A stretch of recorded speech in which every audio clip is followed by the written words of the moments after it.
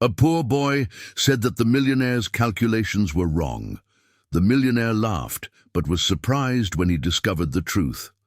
Secrets came to light, and their lives changed forever. A story of overcoming and recognition that will touch your heart.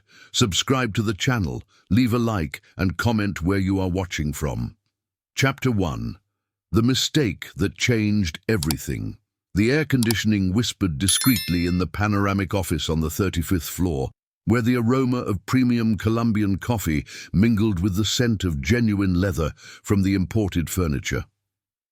Robert Henry, at 45, was known in business circles in New York as the Calculator, a nickname that carried both admiration and fear. His steel-grey eyes methodically scanned the spreadsheets spread across the solid mahogany desk, each number representing millions of dollars in the most ambitious merger of his career. The golden light of the late afternoon filtered through the enormous bulletproof glass windows, illuminating his imposing figure. Robert wore an impeccable tailored navy suit, a silk tie, and custom-made Oxford shoes. His graying hair, always styled with imported gel, framed a chiseled face marked by decades of tough decisions and relentless negotiations. His carefully manicured hands danced over the financial HP calculator, an extension of his own brain. "Mr. Henry?" The hesitant voice of receptionist Mrs. Johnson echoed through the intercom, interrupting his concentration. "There's a boy here who insists on speaking with you. He's the son of Mrs. Johnson from cleaning." Robert frowned, irritated. Mrs. Johnson had worked in the building for 5 years, always discreet, always efficient. But why on earth was her child here, disrupting his most productive time? "Send him away. I'm busy with important matters." "He says it's urgent, sir." Something about an envelope his mother forgot. A sigh of impatience escaped Robert's lips. 5 minutes. Not a second more. The solid oak door opened, revealing Mrs. Johnson accompanied by a skinny boy about 12 years old. Gabriel Smith wore the worn blue uniform of Lincoln High School, a polo shirt with small holes in the sleeves and dress pants that had seen better days. His counterfeit Converse sneakers, with the canvas peeling at the sides, grotesquely contrasted with the Carrara marble floor of the office. The school backpack, patched with black duct tape, hung from his skinny shoulders. Gabriel had extraordinarily bright brown eyes that seemed to absorb and process information at a surprising speed. His black hair, cut at home by his mother, was slightly disheveled. Despite his evident shyness, there was something in the boy's posture, a silent, almost mathematical confidence that drew attention. "Good afternoon, sir," Gabriel said, extending a brown envelope. "My mother asked me to deliver this. She said it's important." Robert took the envelope without looking up from the spreadsheets. "You can go. Tell your mother I received it." Gabriel should have left immediately, but his eyes were inevitably drawn to the numbers scattered across the desk. During the 5 years he had accompanied his mother to work on weekends, he had developed an almost obsessive curiosity for numerical patterns. At school, he was known as the math kid, the one who solved complex problems mentally, while others struggled with basic operations. "Sir," Gabriel hesitated, biting his lower lip. "Sorry to bother you, but your calculations are wrong." The silence that followed was deafening. Robert slowly raised his head, his steel-grey eyes locking onto the boy like lasers. For a moment, only the hum of the air conditioning filled the room. "What did you say?" Robert's voice was dangerously low, laden with an incredulity that bordered on insult. Gabriel swallowed hard, but kept his gaze steady. "There, sir, on the third spreadsheet, the calculation of the depreciation of real estate assets. There's an error in the conversion of quarterly rates to annual." A dry, sarcastic laugh escaped Robert's lips, the kind of laugh that precedes storms. "Kid, I've been working with numbers since before you were born. I built an empire worth $800 million because I don't make mathematical mistakes. Are you suggesting that a child who can barely do multiplication found an error that my consultants from Harvard and Wharton missed? I don't mean to offend, sir, Gabriel replied, his voice firm despite his nervousness. But when you multiply 2.3% by 4 quarters, the result is not 9.2%. It's 9.66% if it's compound interest, or 9.2% only if it's simple interest. And given the nature of the real estate assets listed there, it should be compound interest. Robert felt the blood run cold in his veins. His hand trembled imperceptibly as he grabbed the calculator. 2.3 times 4, 9.2. But what if it were compound interest? 1.023. 4. Mad 1.0966. 9.66%. Mrs. Johnson, his voice echoed through the office. Bring me the original report from Bain & Company. Now! As he waited, Robert watched Gabriel with a mix of fascination and growing horror. The boy stood there, showing no signs of nervousness or pride. He simply observed, as if numbers were a natural language to him. Mrs. Johnson returned, running with a bulky folder. Robert frantically flipped through it until he found the specific section. There it was. Depreciation calculated using quarterly compound interest. The senior consultant had noted in the margin, check final conversion. The difference represented $4.7 million. In a merger of 180 million, that meant the difference between profit and loss in the first year. How? Robert could barely articulate the words. How did you know this? Gabriel shrugged, a gesture that contrasted with the magnitude of his discovery. My mother taught me that compound interest is like plants. They grow on their own growth. Simple interest is like rulers. They always grow by the same measure. Your mother taught financial math? Robert asked, incredulity tinging his voice. She was a teacher before my dad died, Gabriel explained simply. Now she cleans offices at night so my sister and I can study during the day. Robert sat heavily in his Italian leather armchair, feeling the familiar world crumble around him. In 30 years of his career, he had never been corrected by anyone. And now, a 12-year-old child, the son of his cleaner, had just saved him from a mistake that would have cost millions.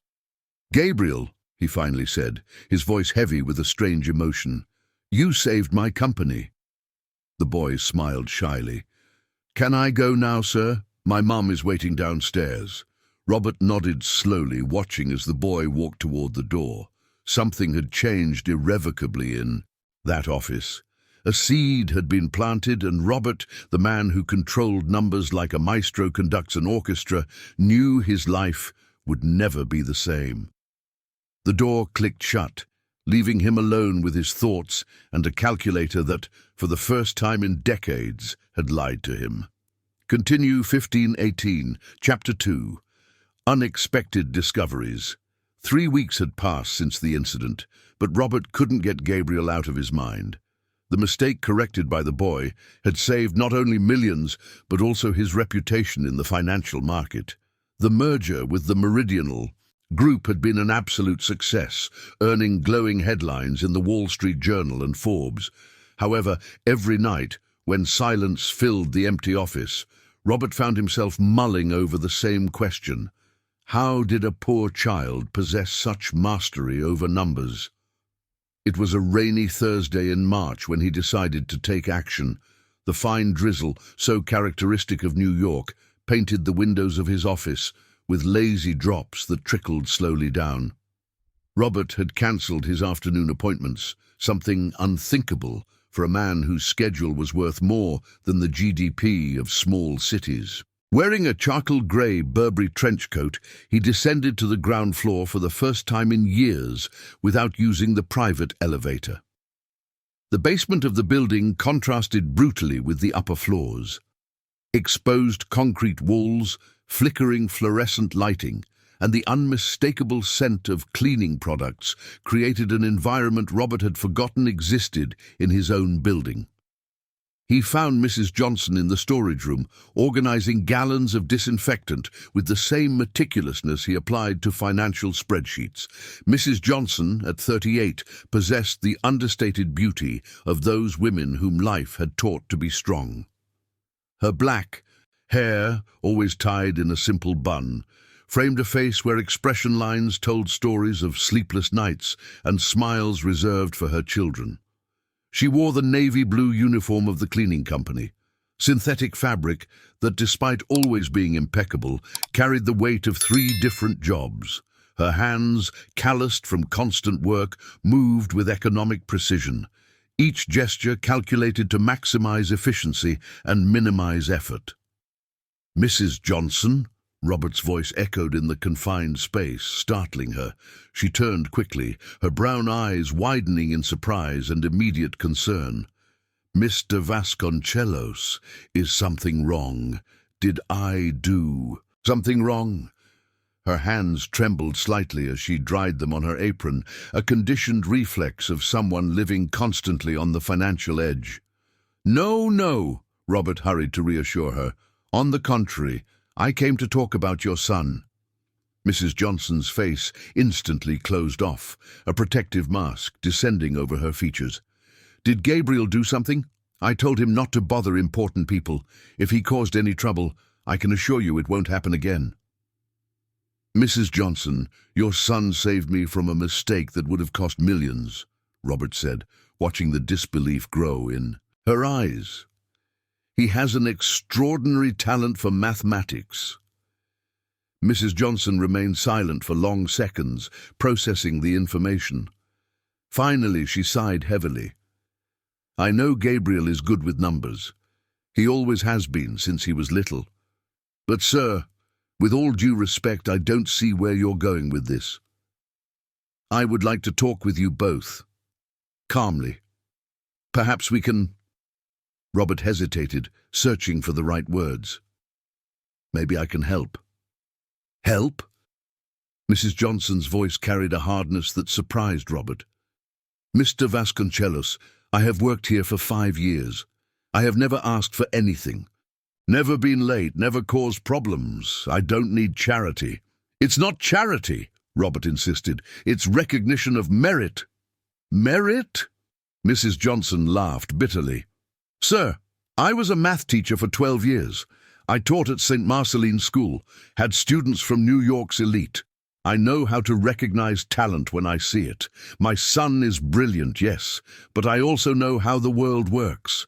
The rich don't help the poor out of kindness. There's always an interest behind it." Robert felt the blow of those words like a punch to the stomach. "Why did you stop teaching?" Mrs. Johnson's eyes filled with contained tears. "My husband died 6 years ago. Lung cancer. He was a shipyard welder, inhaled chemicals his whole life. The health plans didn't cover everything. The treatment debts. I had to sell our house, use my retirement savings. Teachers earn little, sir, very little. I needed quick money to feed my children." "And now you work 3 jobs?" "I clean this building in the early morning, from 5 to 9. In the afternoon, I do housekeeping in homes in the Upper East Side. At night, I help a florist with the accounting. At least I can use my training in mathematics." Mrs. Johnson wiped her eyes with the back of her hand. "I've been sleeping 4 hours a night for 5 years, but my children study, eat, have clean clothes." Robert remained silent, absorbing that reality that seemed to come from another planet. In his world, problems were solved with bank transfers and calls to influential people.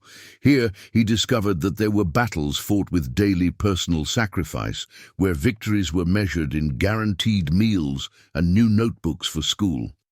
"Does Gabriel inherit your intelligence with numbers?"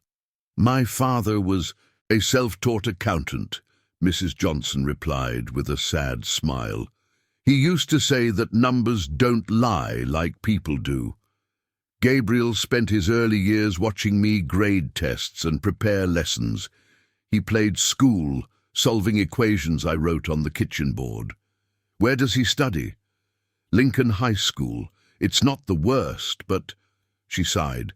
35 students per class, overloaded teachers, lack of basic materials. Gabriel already knows more math than some of the teachers there. Robert, he absorbed every word as if it were a fascinating and disturbing market study. And haven't you thought about applying for a scholarship at a private school? I tried. The bitterness returned to Mrs. Johnson's voice. The good schools require a tuition fee that is equivalent to my salary for 3 months. They say it's to ensure family commitment. Even full scholarships have extra costs, uniforms, supplies, field trips. It's a world made for those who already have money. At that moment, Robert understood something he had never considered. Wasted talent was not just an individual loss. It was a systemic waste. How many Gabriels existed in the outskirts of Los Angeles, with brilliant minds being underutilized due to lack of opportunities? Mrs. Johnson, may I make a proposal? She looked at him suspiciously. What kind of proposal? Allow me to cover Gabriel's education at a quality private school. No strings attached, no future obligations, just because I believe that talent should not be wasted. The silence that followed was heavy as lead. Mrs. Johnson stared at Robert as if he had proposed something obscene. Why would you do that? She finally asked. Robert hesitated. The true answer, that Gabriel had awakened something in his chest that he could not name, sounded inappropriate. Because it's the right thing to do. Nothing is free, Mr. Henry, especially coming from people like you. People like me, rich, powerful, used to buying people. Mrs. Johnson crossed her arms. What guarantee do I have that you won't want to control my son's life, or that you won't get tired of this game in a few months? Robert realized he had completely underestimated that woman. Mrs. Johnson was not just a cleaner. She was a fierce mother protecting her cub, a former teacher who understood the traps of the world better than many of her executives. None, he admitted honestly. But I can give you my word. What is the word of a rich man worth to a poor woman? The question hung in the humid air of the basement, echoing uncomfortable truths that Robert had never considered. For the first time in decades, he found himself facing a problem that money alone could not solve. Continue Chapter 3. Clashing Worlds. The invitation arrived on a Saturday morning, delivered by a uniformed courier who completely stood out from the landscape of the public housing complex.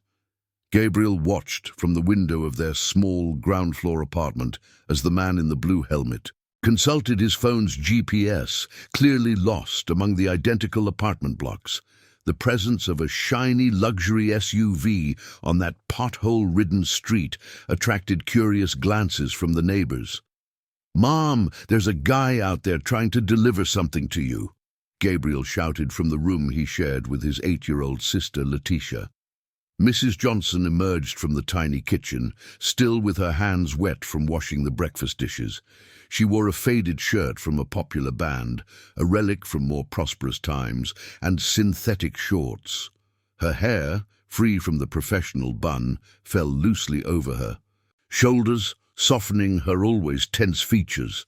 The cream envelope was thick, with the texture of imported paper. Inside was an invitation printed in gold letters on fine paper. Robert Henry has the pleasure of inviting the Silva dos Santos family to lunch at his residence next Sunday at 1 p.m. Address 1247 Gabriel Monteiro da Silva Street, Beverly Hills. Beverly Hills, Mrs. Johnson murmured, feeling a shiver down her spine. Gabriel, did you tell this man anything about our family? Just what he asked, Mum. Why does he want to meet us? Letitia, who was playing with a disheveled doll on the shabby sofa, looked up curiously. Who is Robert Henry? Henry, Mrs. Johnson corrected automatically, as she did with spelling mistakes. He's the owner of the company where I work. The boss wants us to go to his house? Letitia's brown eyes widened. identical to her brother's. He must be very rich. Too rich, Mrs. Johnson murmured, rereading the invitation. Gabriel, are you sure you didn't do anything wrong? Gabriel shook his head vehemently. I just corrected his numbers, Mom. Like you taught me, when I see a math error, I have to say something. Mrs. Johnson sighed deeply. She knew her son too well. Gabriel was incapable of lying about math. For him, numbers were sacred, untouchable, absolute truths in a world of uncertainties. The following Sunday, the trio nervously waited at the bus stop on Sunset Boulevard. Mrs. Johnson had borrowed a formal dress from Sarah, a neighbor who worked as a housekeeper in West Hollywood. The navy blue fabric, although slightly loose, gave her a discreet elegance. Gabriel wore the only dress shirt he owned, bought 2 years earlier for a cousin's 8th grade graduation, and pants that Mrs. Johnson had ironed 3 times the day before. Letitia wore a pink dress she had received the previous Christmas from a family where her mother cleaned. The nearly 2-hour journey across 3 bus lines was an expedition through the contrasts of Los Angeles. They left the outskirts of concrete public housing, crossed the historic downtown with its old commercial buildings, and finally entered the affluent neighborhoods with their tree-lined streets and mansions hidden behind tall walls. Mom, look at the size of that car. Letitia pressed her face against the bus window as they passed a luxury SUV parked. It's bigger than our apartment, Gabriel noted, instinctively doing mental calculations. If each apartment in our building is 40 square meters, that car must be about 6 meters long. Gabriel, stop calculating and help me find the address, Mrs. Johnson interrupted, nervousness tinging her voice. Beverly Hills welcomed them with quiet streets where the only sound was the whisper of automatic sprinklers watering perfectly manicured gardens. Houses that looked more like museums hid behind electronic gates and sophisticated security systems. The contrast with their reality was so brutal that it felt surreal. Robert's mansion occupied an entire block, stone walls of 3-meter height, surrounded gardens that could house a small forest. The main gate, a work of art in wrought iron, opened automatically when Mrs. Johnson pressed the intercom. Smith family?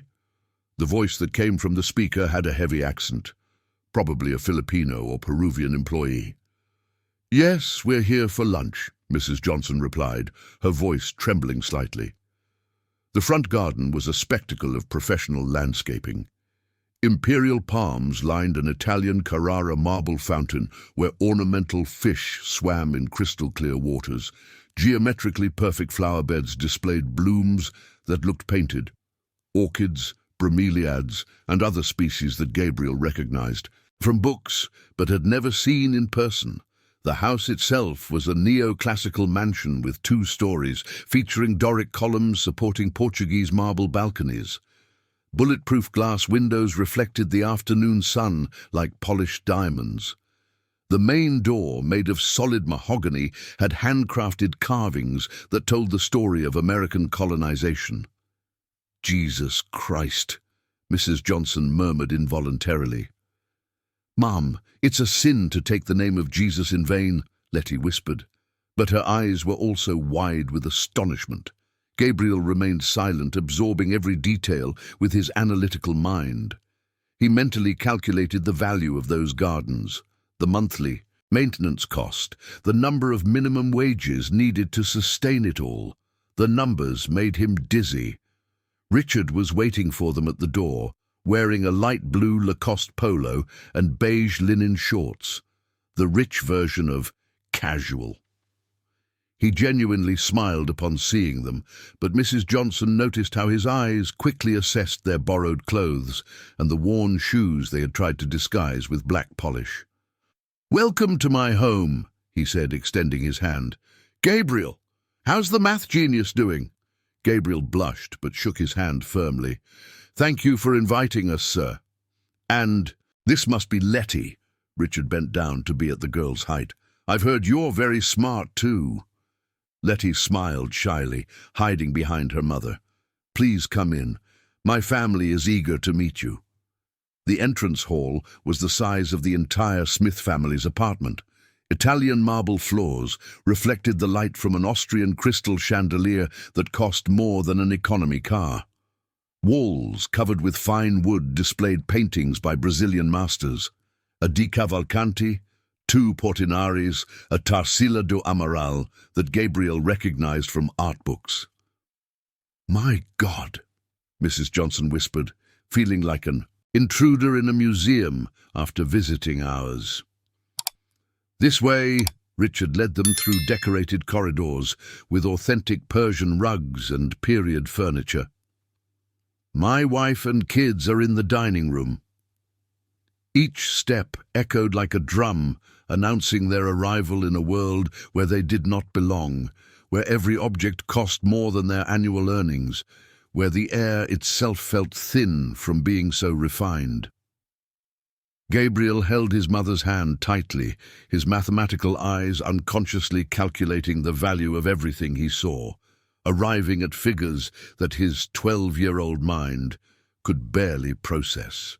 Letty walked in absolute silence, as if fearing her voice might break something precious.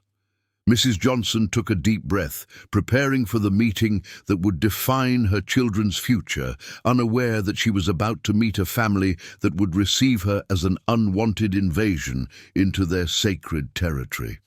Chapter 4. The Lunch of Discord. The dining room of the Vasconcelos mansion was a monument to power and refinement. A rosewood table for 12 occupied the center of the room, protected by tempered glass that reflected the baccarat crystal chandelier suspended above it.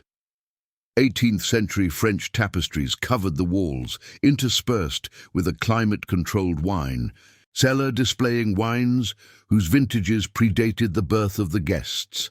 Helena Vasconcelos slowly rose when Richard led the Smith family to her. At 42, she was the portrait of a São Paulo socialite, platinum blonde hair styled in a flawless French bun, wearing a light pink Chanel suit that cost more than Mrs. Johnson's annual salary. Her French nails looked like small works of art, and the Chanel No. 5 perfume emanating from her skin created a subtle yet noticeable aromatic barrier. "Helena, I would like you to meet the Smith family," Richard said, deliberately ignoring the icy look his wife shot him. Helena smiled, a smile that did not reach her artificially enhanced blue eyes. "How interesting." She pronounced each syllable with surgical precision, her voice laden with an education that turned courtesy into a weapon. Beside her, her two adult children represented the next generation of São Paulo's elite.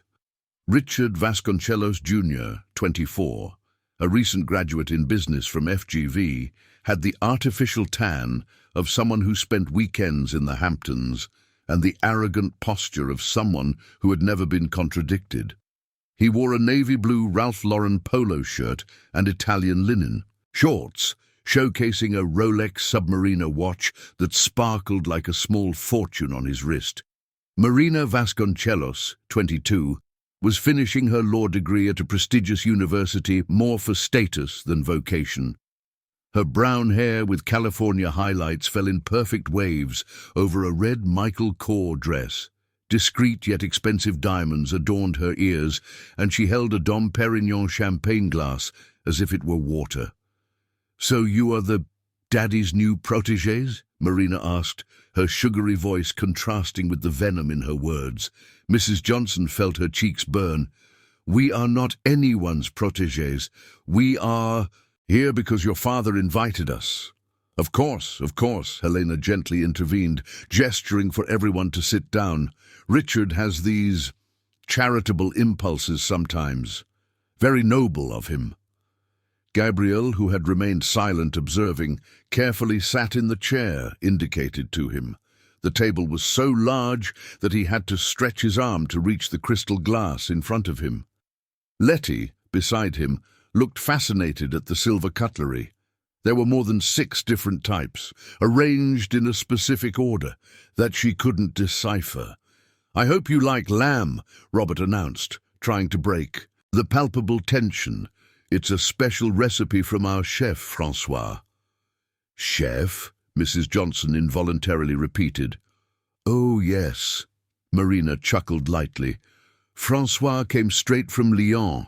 Dad hired him after dining at his restaurant in Paris. It cost a fortune just to bring him to the States." "Marina!" Robert reprimanded, but his daughter merely shrugged. "What, Dad?" "It's true. You spent more bringing Francois here than these people earn in... how long, I wonder?" The silence that followed was awkward. Mrs. Johnson felt her blood boiling in her veins, but forced herself to maintain composure for the sake of her children. "Marina is right," Richard added, his voice laden with casual superiority. "Dad has always been too generous with those in need." "Those in need," Gabriel repeated, his voice small but clear. "Don't take offense, kid," Richard continued, cutting a piece of artisanal bread with French butter. "It's just reality. Everyone is born into their social class for a reason." Gabriel looked Richard straight in the eye. "And what would that reason be?" "Gabriel," Mrs. Johnson murmured, trying to silence her son. "No, Mom. I want to understand," Gabriel insisted. "If everyone is born into their social class for a reason, does that mean you were born rich because you're smarter than I am?" Richard laughed condescendingly. "It's not a matter of intelligence, kid. It's a matter of capability. Some families build empires over generations. Others what?" Gabriel interrupted, his voice gaining a firmness that surprised everyone. "Others work 17 hours a day to support their children. Others study by candlelight when the power is out. Others sell brownies on the street to buy school books." "Gabriel, that's enough," Mrs. Johnson whispered, mortified. "Let him speak, Mrs. Johnson," Robert said gently, watching the scene with growing interest. Marina let out a giggle. "How cute! The poor little boy has personality." "Personality?" Gabriel stood up, his chair scraping against the marble floor. "Ma'am, what is 847 multiplied by 1394? Marina blinked, confused. Why do you want to know?" "It's 180, 718, Gabriel answered immediately. "Now, if we invest that amount at 12.5% per year with monthly compounding, how much will we have in 7 years and 4 months? The silence in the room was absolute. "It's 2,834,967.43, Gabriel continued. "Do you want me to calculate the quarterly compound interest too? Or would you prefer I explain why your father's property depreciation was incorrect?" Richard and Marina exchanged glances, clearly uncomfortable. "Son," Helena interjected, her voice icy, "no one here needs math lessons." "I'm not giving lessons," Gabriel retorted, still standing. "I'm just demonstrating that intelligence can't be bought, and that education is not synonymous with social class." "Gabriel, sit down and behave," Mrs. Johnson ordered, but there was pride in her voice. Robert watched the scene with growing fascination. Gabriel was not just intelligent, he possessed a moral courage that his own children had never shown. "The boy is right," Robert said calmly. "Intelligence is not inherited like money." "Robert," Helena protested, "you're embarrassing our children." "Am I?" Robert looked at Marina and Richard. "Do you feel embarrassed that a 12-year-old is quicker at math?" "Dad, this is ridiculous," Marina protested. "He probably memorized those numbers." "Then test him," Robert challenged. "Ask him a math question." Marina hesitated, clearly out of her comfort zone. I'm not good at math." "I am," Richard interjected, his male pride wounded. "Gabriel, if my dad has a net worth of 800 million invested at an average of 8% per year and spends $2 million a month, how many years until he goes bankrupt?" Gabriel closed his eyes for a few seconds, doing mental calculations. Poorly phrased question. With 8% annual return on $800 million, he earns approximately $64 million a year, or $533 million a month. If he only spends $2 million monthly, he's actually enriching $333 million a month. He would never go bankrupt under those conditions. The silence that followed was deafening. Richard was red with anger and embarrassment. "Impressive," Robert murmured, a genuine smile spreading across his face.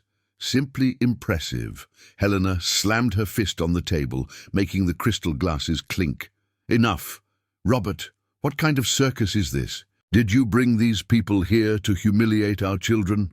"I brought this family so you could see true talent," Robert replied, his voice laden with an authority he rarely used at home. "Something our family seems to have forgotten exists." Mrs. Johnson stood up abruptly. "We're leaving. Now." "Mrs. Johnson, please." "No," Mrs. Johnson interrupted, tears of anger shining in her eyes. "We will not be humiliated by people who think money is synonymous with character." She took Letty's hand, who had been watching everything in shocked silence, and began walking toward the door. Gabriel stood still for a moment, looking Robert in the eye. "Thank you for the invitation, sir, but my mum is right. Dignity is not for sale." And with those words, the 12-year-old turned his back on more wealth than he would ever see again, following his family toward the door, leaving behind a dining room where the silence weighed like lead over fine china and shattered dreams. Continue. 1527, Chapter 5, Revelations at Carnival. 2 months had passed since the disastrous lunch at the Vasconcelos mansion. Mrs. Johnson had forbidden any mention of Robert at home, and Gabriel had returned to his school routine, as if nothing had happened. But Robert couldn't forget. The image of the boy defending his family's dignity with numbers and courage haunted him during sleepless nights at the office. It was Carnival Saturday, February 10th, when chance, or perhaps fate, brought them together again. Robert was walking down Sunset Boulevard, something he hadn't done in over a decade. He had dismissed the driver and left home aimlessly, escaping the oppressive emptiness of a mansion where every room echoed with discussions about his midlife crisis and obsession with unsuitable people. The streets of Los Angeles buzzed with the contagious energy of the street carnival. Spontaneous blocks formed at every corner, mixing stressed executives with entire families in costumes, college students with nostalgic retirees. The aroma of empanadas, pastries, and churros mingled with the sound of improvised drums and off-key vuvuzelas.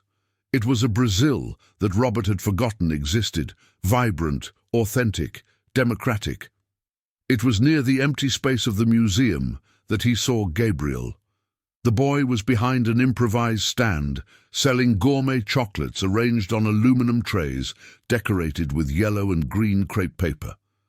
He wore a simple costume, a t-shirt with the American flag and a straw, hat adorned with colorful ribbons.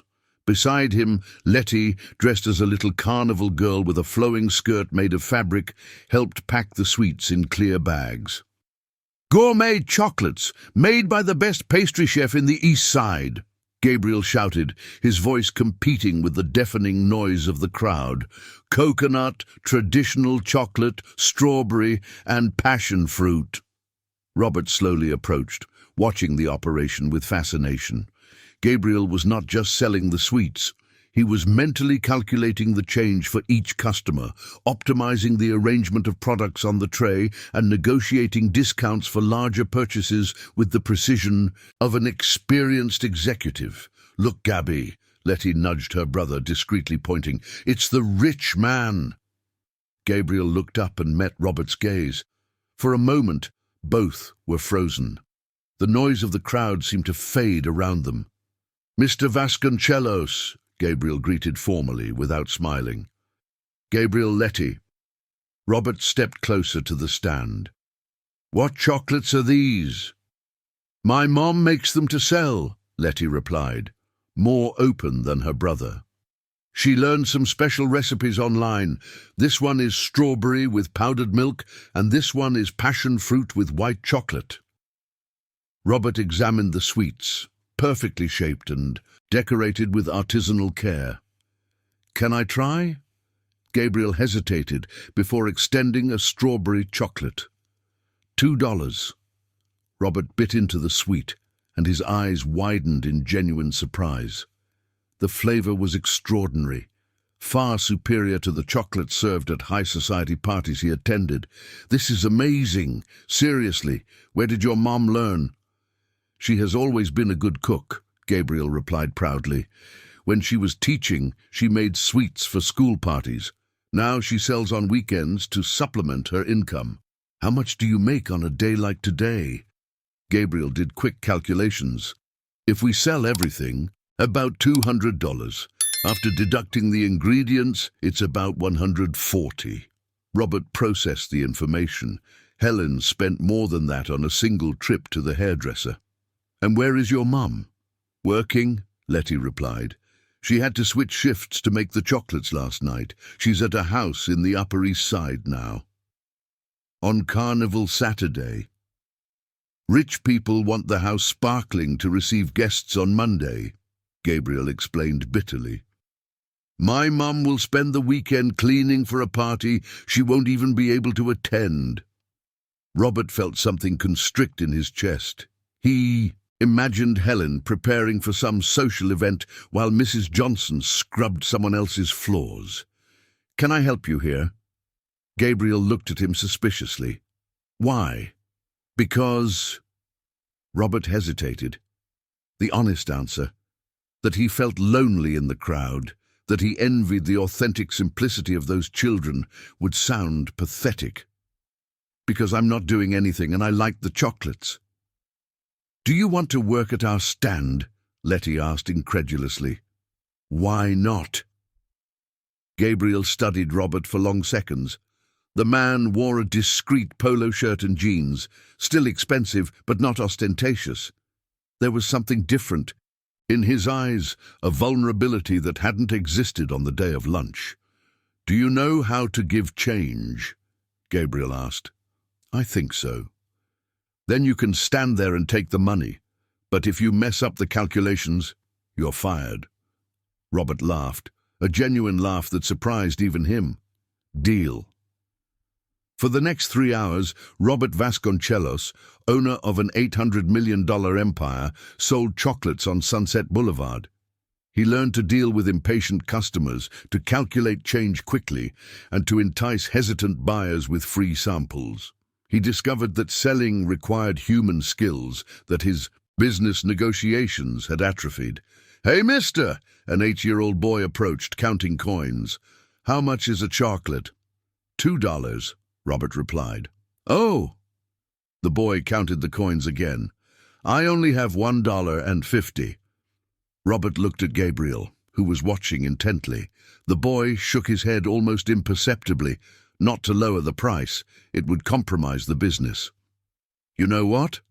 Robert bent down to the boy's level. "We're having a special carnival promotion. $1.50, but you have to promise to enjoy the treat a lot." The boy's eyes lit up. "I promise." Gabriel frowned, but said nothing. When the customer walked away, he whispered, "You're going to ruin our business, giving discounts to everyone."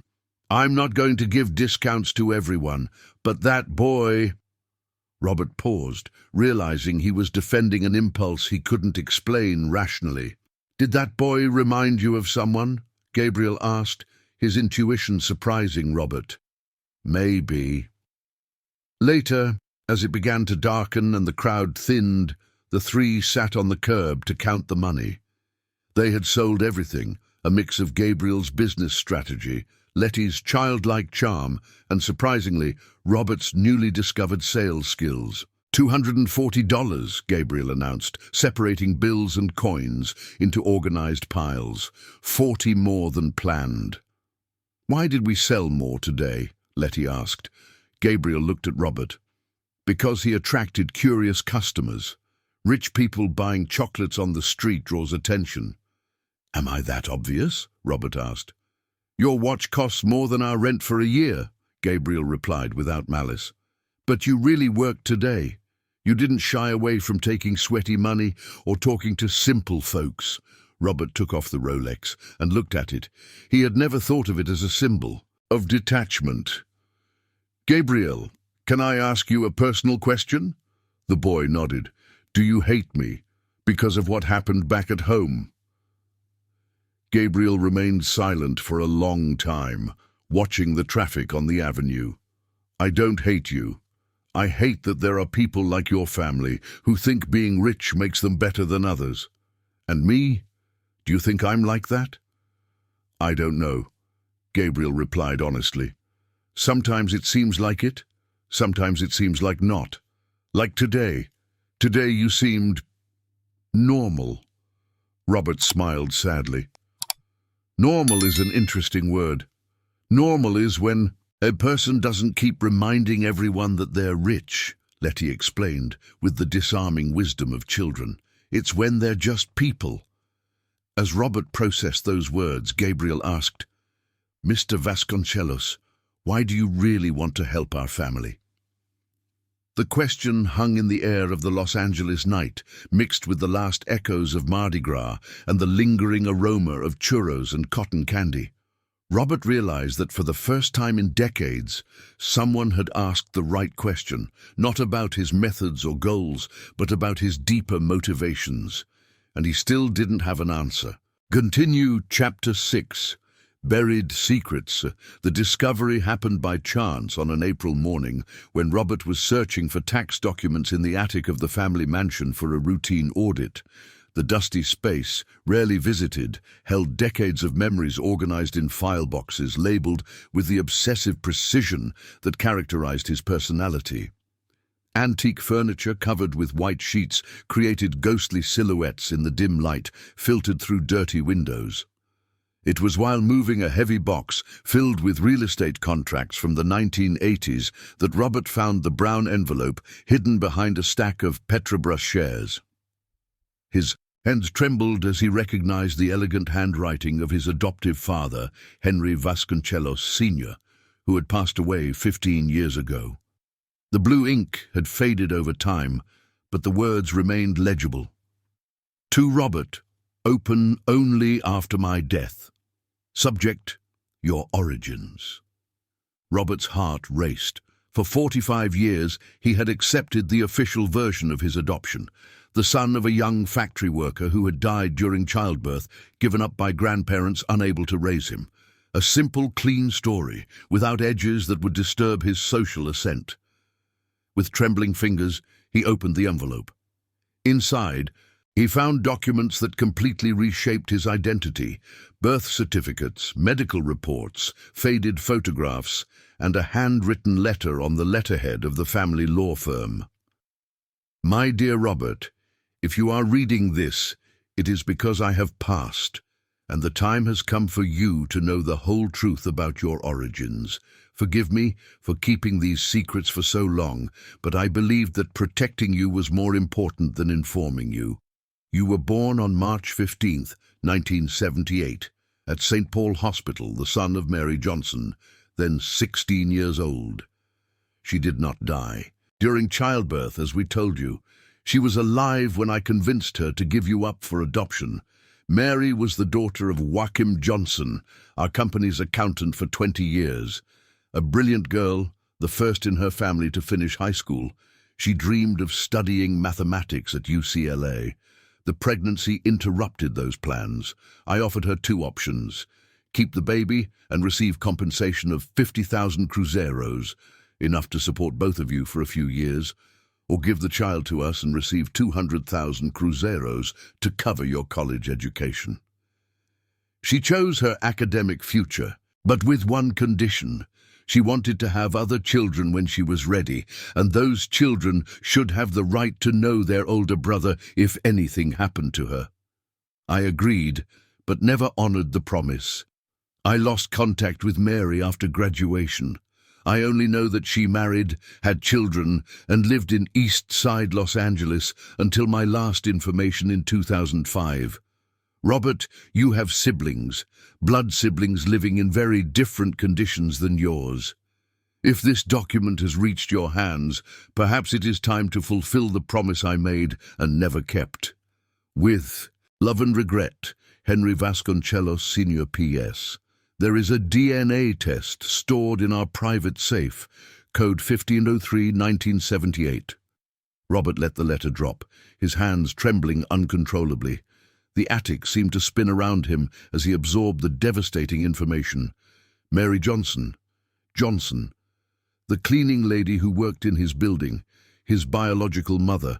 Gabriel and Letty were his blood nephews. He rushed down the marble stairs, his footsteps echoing through the empty mansion like gunshots.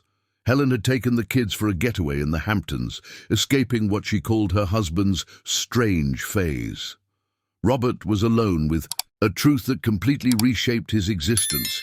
In the office, he typed frantically on the computer, accessing the employee database of the building.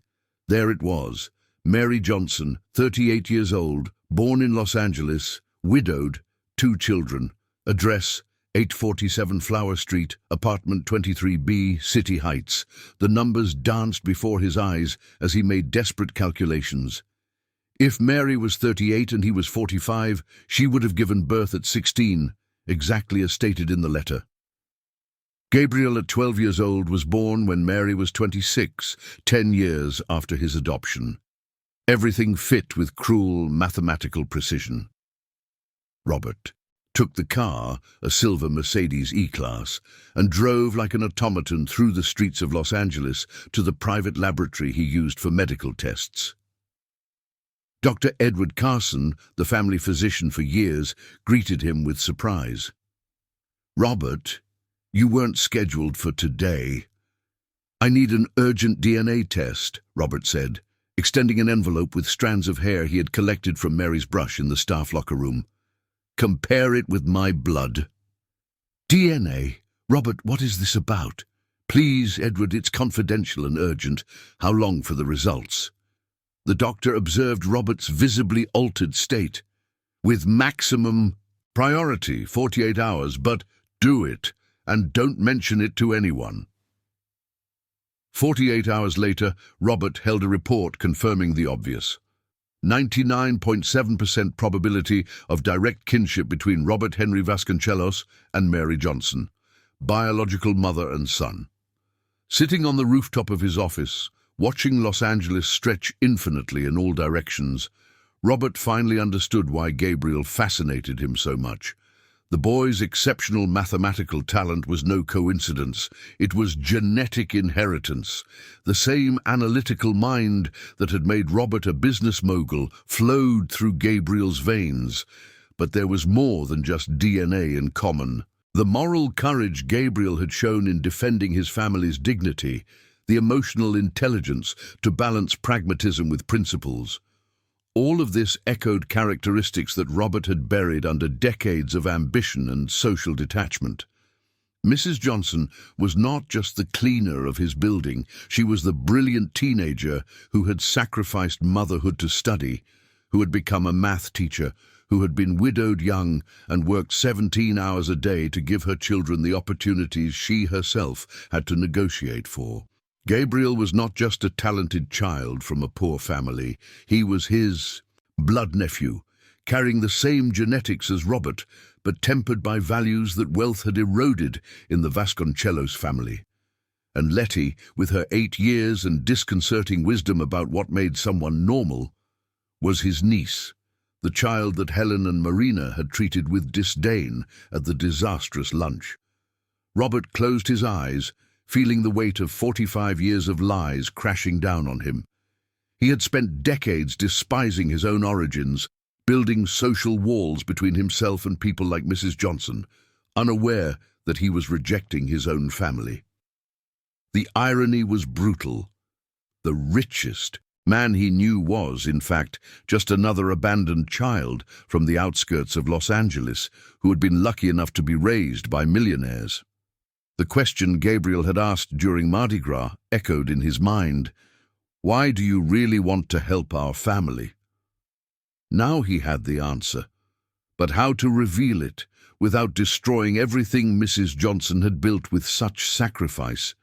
How to explain that the arrogant boss she despised was, in fact, the son she had given up for a better future?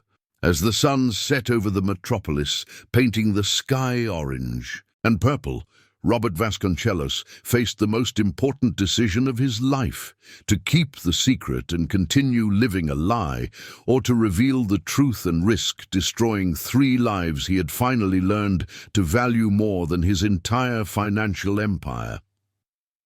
Continue 1530, Chapter 7, The Storm Approaches.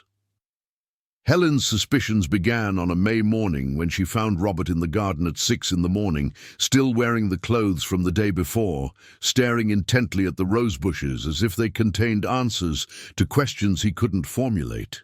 He had barely slept for 3 weeks, wandering the mansion like a ghost and refusing to explain his growing obsession with the cleaner's family. "Robert, you're worrying me," Helen said, approaching with a cup of coffee in hand. She wore a pink silk robe and feather slippers, her morning makeup already impeccable despite the hour. "Dr. Carson called yesterday asking if you were okay. He said you had strange tests done and didn't come back for the results." Robert jumped. He had completely forgotten about the lab. It was nothing important. "DNA tests are not nothing important, Robert." Helen's voice carried the icy tone that heralded storms. "Are you having an affair? Is that it? Because if so, I'd rather know now so we can take the necessary legal steps." "It's nothing like that," Robert murmured, but his voice lacked conviction. Helen studied her husband with the keen perception of someone who had known every nuance of his behavior for 20 years. Robert had always been obsessed with control and predictability. Seeing him like this, disheveled, distracted, emotionally transparent, was like finding a glitch in the matrix. "Then explain to me why you spent $80,000 on school supplies for underprivileged children last week, or why you had your driver take food baskets to City Heights 3 times this month, or why you cancelled lunch with the Japanese to go to a science fair at a public school."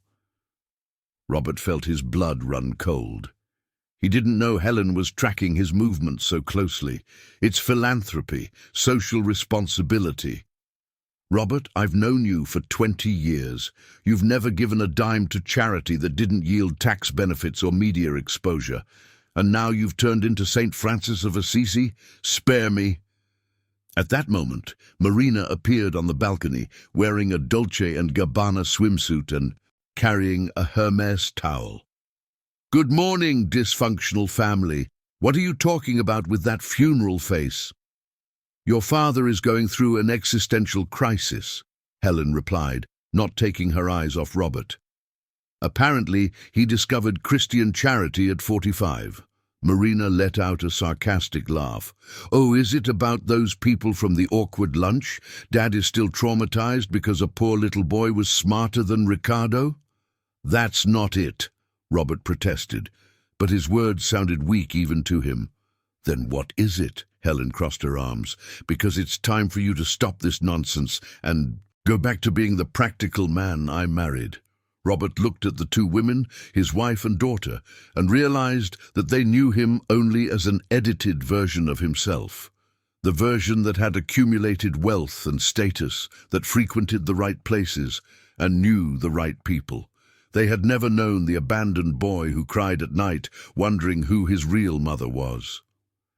"Maybe you don't know the man you married," he finally said. Helen laughed, but it was a laugh without humor. "Robert, don't be dramatic. I know you better than you know yourself. I know you're going through one of those typical midlife crises at 45. Half the world goes through it. Buy a motorcycle, pick up a hobby, go to therapy if you want. But stop this obsession with unsuitable people." "Unsuitable people?" Robert repeated, feeling anger rise in his chest. "You know what I'm talking about.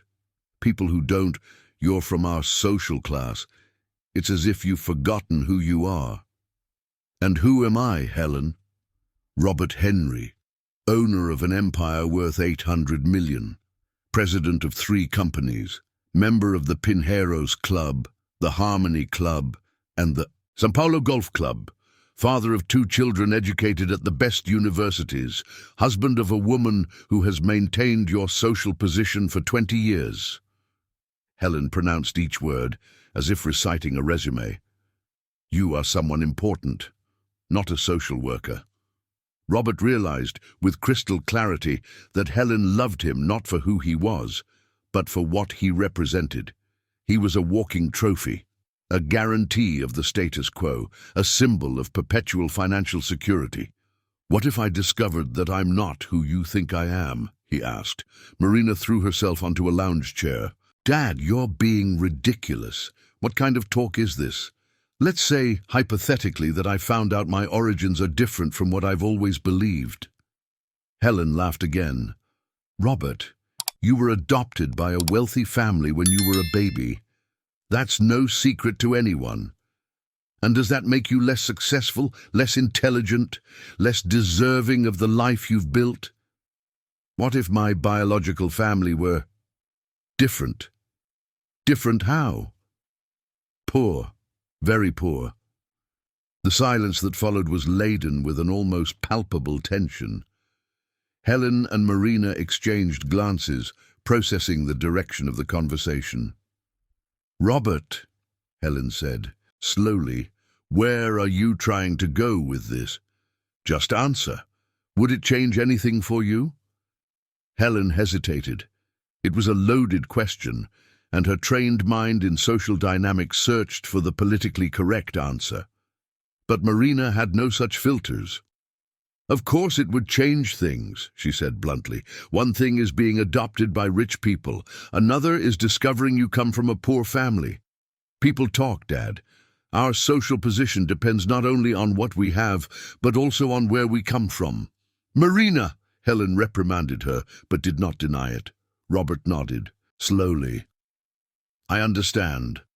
Why are you asking these strange questions? Helen asked, suspicion tinging her voice. Just philosophical curiosity. But Helen was not foolish. 20 years married to a man obsessed with control had sharpened her social survival instincts. Something was happening, something that threatened the carefully constructed world she loved so much. That afternoon, when Robert left for a meeting, Helen did something she had never done in 2 decades of marriage. She violated his privacy. She rummaged through his private office, searching for clues about her husband's strange behavior. She found receipts for medical exams, bank transfers to individuals with unknown names, emails to social workers, and a search history on the computer that left her frozen. How to find biological family, DNA relationship test, CSS. Helen typed the last name into Google. Few pieces of information appeared, but enough. A 38-year-old woman, employee of a cleaning company living in City Heights, widowed with 2 children, the same woman from the disastrous lunch, the mother of the boy who had humiliated Richard. With trembling hands, Helen opened Robert's contact list and found the number for Dr. Edward Carson. A discreet call, a few seemingly innocent questions about her husband's health, and the truth emerged like a malignant tumor. Robert had undergone a comparative DNA test. The results were confidential, but the doctor confirmed that there was biological kinship between Robert and a woman identified only as CSS. Helen hung up the phone, feeling the ground crumble beneath her feet. 20 years of marriage, a carefully constructed social position, a future planned to the millimeter, all threatened by a secret Robert had kept from her.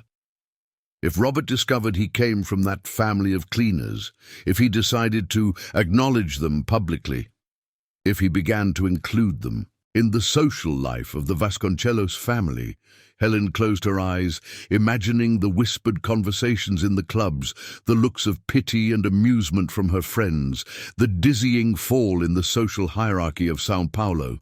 She could not allow that to happen. She would not allow it. She picked up the phone and dialed Armando Williams, the family's lawyer for 15 years. A discreet, efficient man, an expert in solving problems that threatened wealth and reputations. "Armando, it's Helen. I need you. We have a delicate situation that needs to be managed." As the sun set over Los Angeles, two opposing forces prepared for an inevitable collision. Robert, grappling with the truth about his origins and the desire to reconnect with his blood family, and Helen, determined to protect her world at any cost, even if it meant destroying what remained of humanity in her marriage.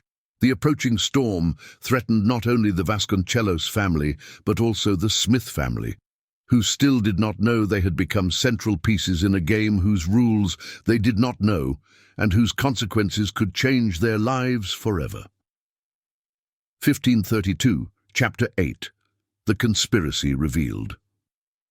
Dr. Armando Williams had built his reputation as the problem solver of the elite in Los Angeles over 30 years of career. His office in the Copacabana building, with a privileged view of the Broadway Bridge, catered only to clients capable of paying astronomical fees in exchange for absolute discretion. A specialist in family crisis management, Armando handled everything from million-dollar divorces to scandals involving influential politicians. When Helen arrived at the office the next morning, wearing a tailored navy suit that cost more than Mrs. Johnson's annual salary, she found Armando already prepared with a thick folder on the mahogany table. "Helen, my dear." Armando stood up to greet her. At 58, he maintained the discreet elegance of expensive lawyers, a charcoal grey Hugo Boss suit, a navy blue Hermès tie, shiny Church's shoes. His grey hair, styled with imported gel, framed a face that had witnessed the most sordid secrets of Los Angeles high society. "I received your message. Marital problems." "Worse." Helen settled into the Italian leather armchair. "Robert is having an identity crisis that could destroy our family." Armando poured coffee into French porcelain cups. "Tell me the details." Helen recounted everything: Robert's strange behavior, his obsession with the cleaning lady's family, the inexplicable expenses in charity, and finally the discovery of the DNA test. "He found the biological family, Armando, and they are exactly the type of people who can ruin our reputation." Armando took notes in a leather notebook. "I understand. And what would your proposed solution be?" "I want them to disappear from Robert's life." Armando leaned back in his chair, fingers intertwined. "That could be delicate. We can't just make a family vanish, Helen. There are legal issues involved." "It doesn't have to be anything drastic," Helen quickly clarified. "Just discourage them from keeping in touch. Perhaps a change of city, better opportunities elsewhere." "Sophisticated bribery," Armando nodded. "I can work with that, but we need to be subtle. If Robert finds out we interfered—" "He won't find out. You are discreet." Armando smiled, a smile that didn't reach his eyes. "Naturally, but I will need detailed information about this family. Names, addresses, routines, vulnerabilities." Helen handed over a folder she had prepared. "Mary Johnson, 38 years old, works 3 jobs, 2 children, Gabriel, 12 years old, and Letty, 8 years old. They live in City Heights, rented apartment."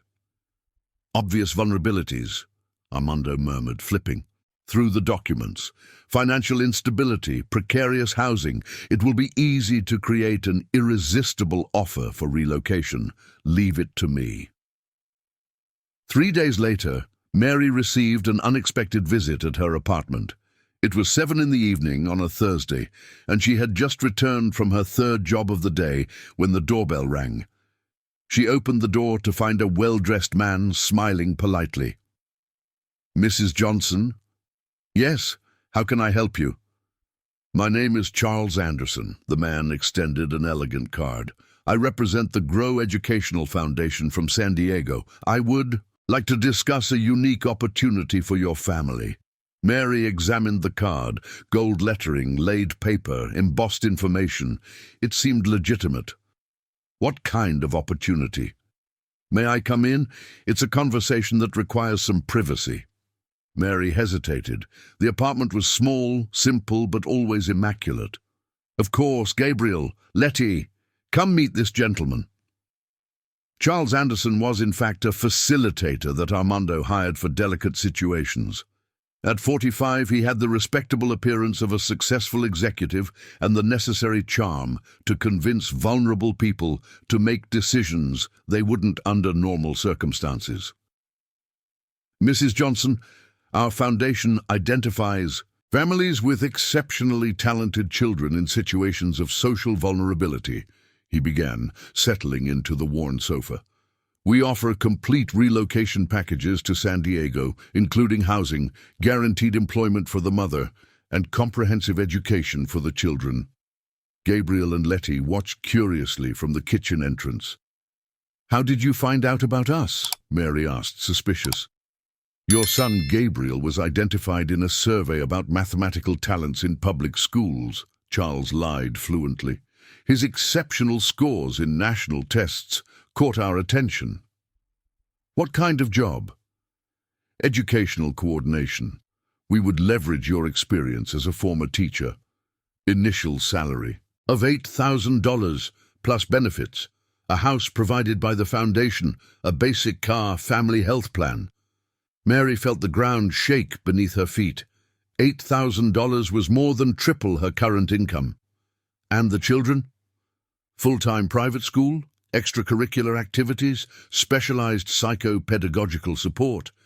Gabriel would have access to advanced math laboratories, national competitions, preparation for Olympiads. Sounds too good to be true, Mary murmured. I understand your skepticism. It is indeed an exceptional opportunity. But our foundation has unlimited resources. We are sponsored by business people from Los Angeles who believe in education as a tool for social transformation. Gabriel stepped closer. Which business people? Charles smiled. They are anonymous donors, kid. They prefer not to have their names disclosed. Why San Diego? Mary asked. Our headquarters are there. We have partnerships with UC San Diego, research laboratories, a conducive environment for developing exceptional talents. Mary looked at her children. Gabriel frowned, clearly suspicious. Letty seemed excited about the possibility of a bigger house. I need to think. Of course. But the offer is time-limited. We have only one spot available, and other families interested. I need an answer by Monday. Charles left a folder with seemingly official documents, photos of the foundation, testimonials from benefited families, detailed contracts, everything carefully forged by specialists hired by Armando. When he left, Mary sat heavily on the sofa. Mom, you're not going to accept this, are you? Gabriel asked. Why not? It's an incredible opportunity. Something's wrong, Gabriel insisted. No one offers that much for free. Gabriel is right, Letty agreed, surprising everyone. Remember the story of Little Red Riding Hood? The wolf disguised himself as grandma to trick her. Mary hugged her children. You are both very clever, but sometimes life offers real miracles. Or traps, Gabriel murmured. That same night, while the Johnson family discussed the mysterious proposal, Robert was working late in his office, tormented by dilemmas that money couldn't solve. He didn't know that his wife had hired professionals to distance the family he desperately wanted to connect with. He didn't know that every move he made was being monitored, every decision anticipated, every emotion weaponized against the people he had learned to love the most. Helen's conspiracy was working perfectly, but like all plans based on lies and manipulation, it carried within it the seeds of its own destruction, and those seeds were about to germinate in ways none of the conspirators could foresee. Continue 1533, Chapter 9. The truth explodes. The weekend passed like a silent hurricane in the City Heights apartment. Mary hadn't slept well for 2 nights, mentally turning over every detail of Charles Anderson's proposal. The documents seemed authentic. The photographs of the foundation were convincing, and the financial despair she had carried for 6 years whispered that this was the chance her prayers had sent. Gabriel, on the other hand, couldn't shake the feeling that something was deeply wrong. He spent hours analyzing the numbers in the contracts, the statistics presented, searching for flaws that his mathematical mind sensed existed but couldn't identify. It was Monday morning, May 15th, when fate decided to reveal its cards in a brutal and unexpected way. Robert had made a decision over the weekend. Social and family consequences didn't matter. Roberto would tell Mrs. Johnson the whole truth that morning. He arrived at the building before 6 in the morning, waiting for the cleaning shift to start. He found Mrs. Johnson in the basement, organizing cleaning supplies with the mechanical efficiency of someone who had been doing the same routine for 5 years. She wore a faded navy blue uniform, her hair tied up in a functional bun, but there was something different about her posture, a tension that Robert couldn't decipher. "Mrs. Johnson, I need to talk to you." She turned, surprised. "Mr. Vasconcelos, is something wrong?" Robert took a deep breath, feeling the words he had held for weeks crowding in his throat. "It's about our family."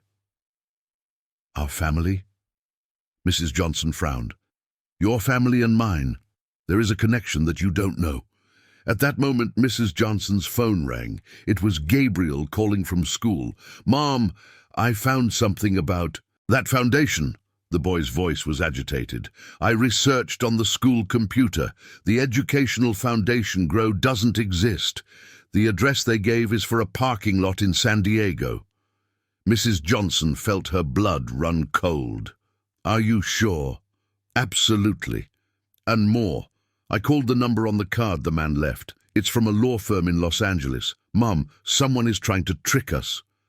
Robert listened to the conversation, a terrible suspicion forming in his mind. What foundation? What man? Mrs. Johnson hung up, staring at Robert with eyes that mixed confusion and growing anger. "On Friday, a man showed up offering a scholarship for my children. They wanted us to move to San Diego." Description of the man.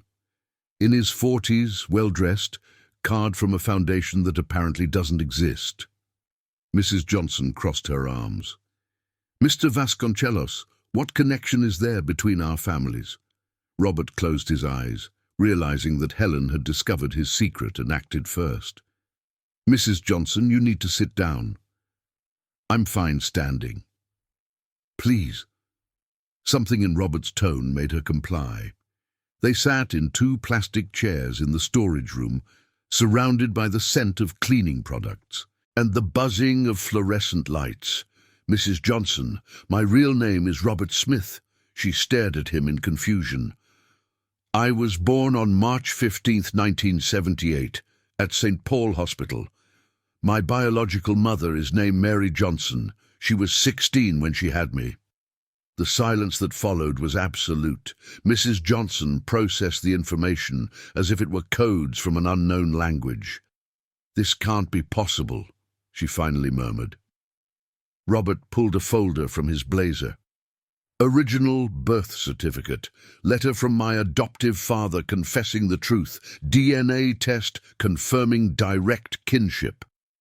Mrs. Johnson's hands trembled as she took the documents. Her eyes scanned the lines, absorbing truths that completely reshaped her reality. "Robert Smith," she read aloud, "son of Mary Johnson. You are my biological mother," Robert said softly. "Gabriel and Letty are my blood nephews." Mrs. Johnson let the papers fall, covering her face with her hands. Tears streamed between her fingers as 22 years of questioning, guilt and longing materialized into an impossible truth. "My son," she whispered. "My first son. Yes. The baby I gave up for a better future." She lifted her face, red eyes locking onto Robert. "You became everything I dreamed for you, rich, successful, educated, but empty," Robert added, "until I met Gabriel, until I discovered I had a family that truly mattered." Mrs. Johnson abruptly stood up, beginning to pace in the tight space. "No, no, no, this can't be happening." "Why not?" "Because—" She stopped, staring at Robert in despair. "Because if you are my son, then everything that happened, the lunch at your house, the way your family treated my children, you allowed them to humiliate your own nephews." The accusation hit Robert like a punch to the stomach. "I didn't know. I found out later." "Liar!" Mrs. Johnson exploded. "You knew all along. That's why the obsession with Gabriel, the gifts, the offers of help. You were playing benefactor with your own family." "That's not true. It is. You spent 22 years knowing you had a living biological mother and never cared to look for her. But when you found out I was your cleaner, when you saw your nephews were poor, you decided to play philanthropist." Robert tried to approach, but Mrs. Johnson recoiled. "Mrs. Johnson, please. And now this story of the fake foundation. I bet it was your rich wife trying to get rid of us." "I didn't know about the foundation." "Of course you did. You rich people do this all the time. Create problems and then offer yourselves as the solution." Mrs. Johnson grabbed a broom, pointing it at Robert. "Get out of here. Leave and never come near my family again." "Our family," Robert corrected desperately. "You lost the right to be my family when you chose to live 22 years pretending I didn't exist." At that moment, Helen appeared at the storage room door, flanked by 2 building security guards. She wore a pink Chanel suit and smiled with the satisfaction of someone who had just won a game of chess. "Robert, dear, what are you doing down here?" Helen's presence transformed the atmosphere of the small storage room into a pressure cooker about to explode. "Helen, get out of here," Robert ordered. "Get out?" Helen laughed delicately. "Why would I leave? This is our company, our building, and this—" She looked at Mrs. Johnson with barely concealed contempt. "Is our employee." Mrs. Johnson glared at Helen with pure hatred. "It was you who sent that man to deceive us." "Me?" Helen pressed her hand against her chest in false surprise. "What are you talking about?"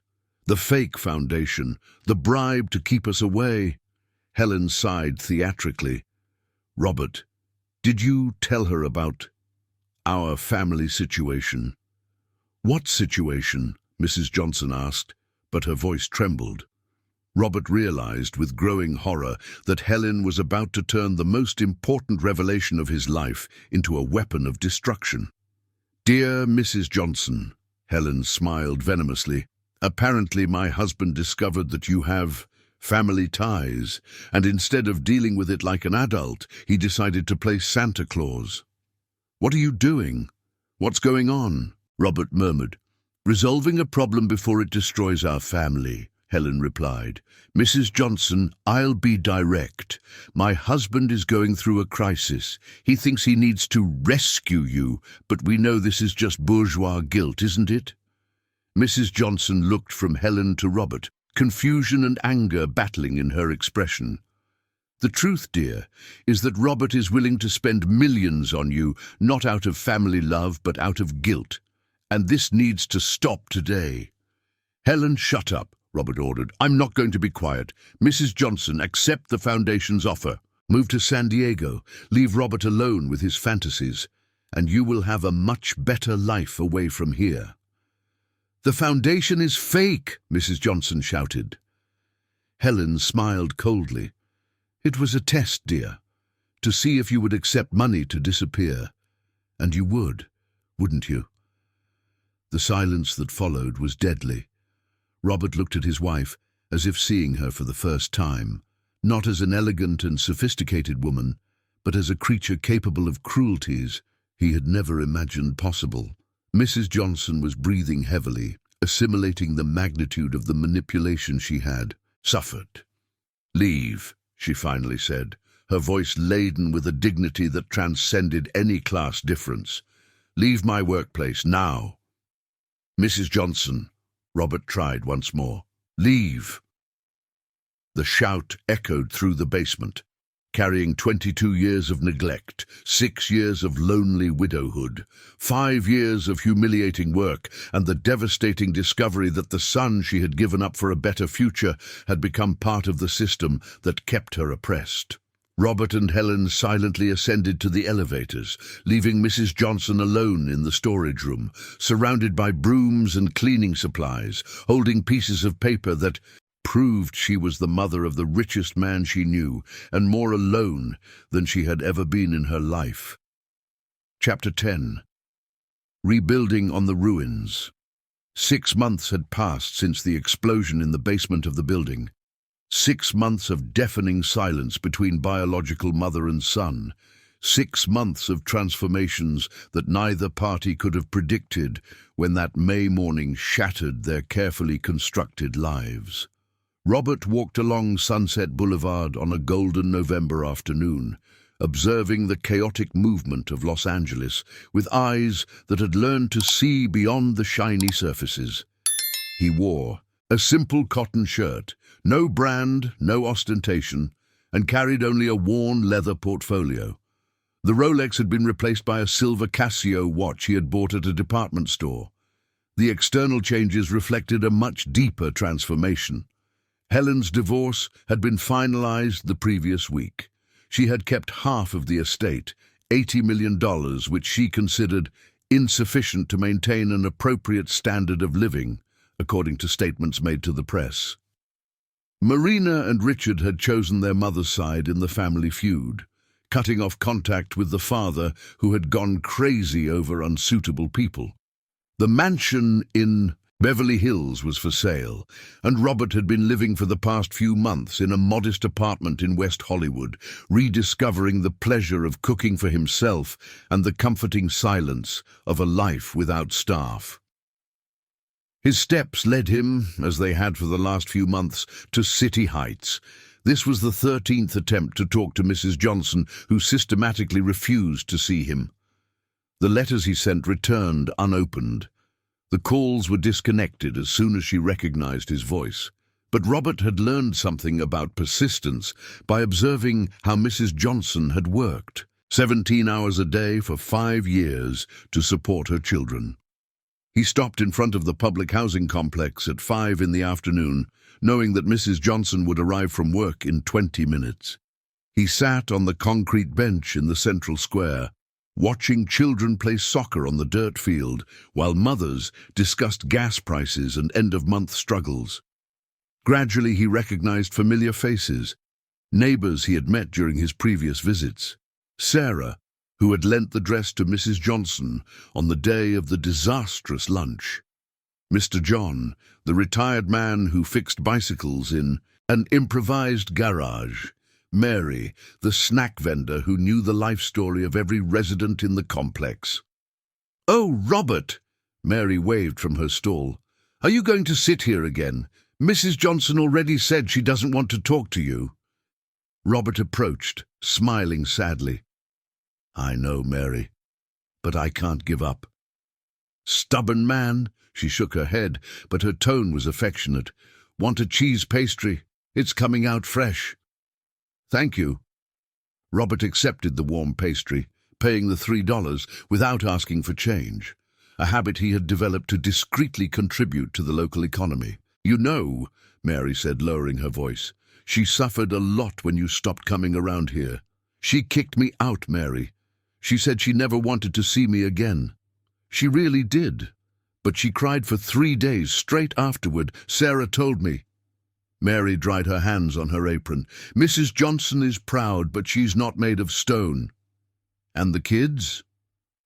"Gabriel has grown about 4 inches and is more serious than a lawyer. He earned a real scholarship to a private school, his own merit without anyone's help.